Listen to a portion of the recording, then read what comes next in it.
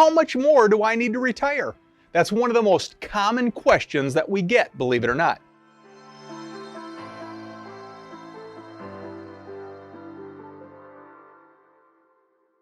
Hello again, I'm Jeff Jr.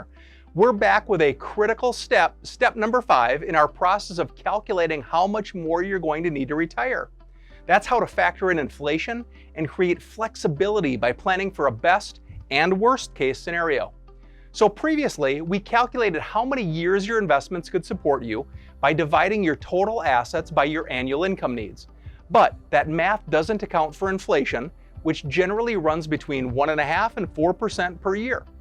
Many online investment calculators assume a 3% inflation rate and a 5% rate of return, which can help make that math more realistic. We'll include a link to an excellent calculator to help. Okay, so that's it, right?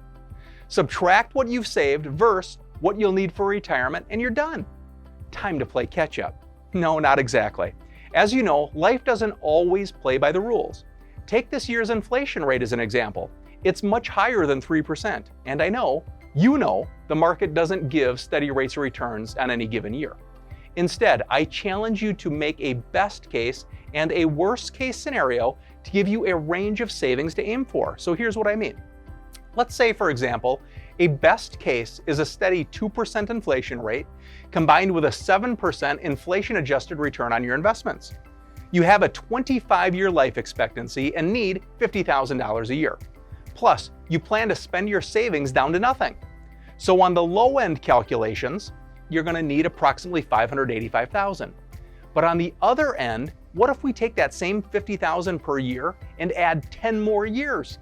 Increase inflation to 4%, reduce the rate of return to 5%, and you'll want to have $700,000 left behind to your heirs. Now the calculators are estimating you're going to need closer to $1 million at $950,000. Here's the flexibility part. Since we have many variables that we don't know and won't ever know, the best plan is to estimate your goal within this range every few years. That's right. Reevaluate and adjust your plans every few years.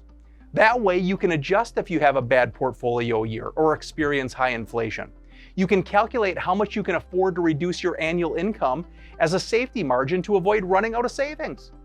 For many of us, that means going back to our monthly budget, cutting out extras, and then recalculating lower annual expenses.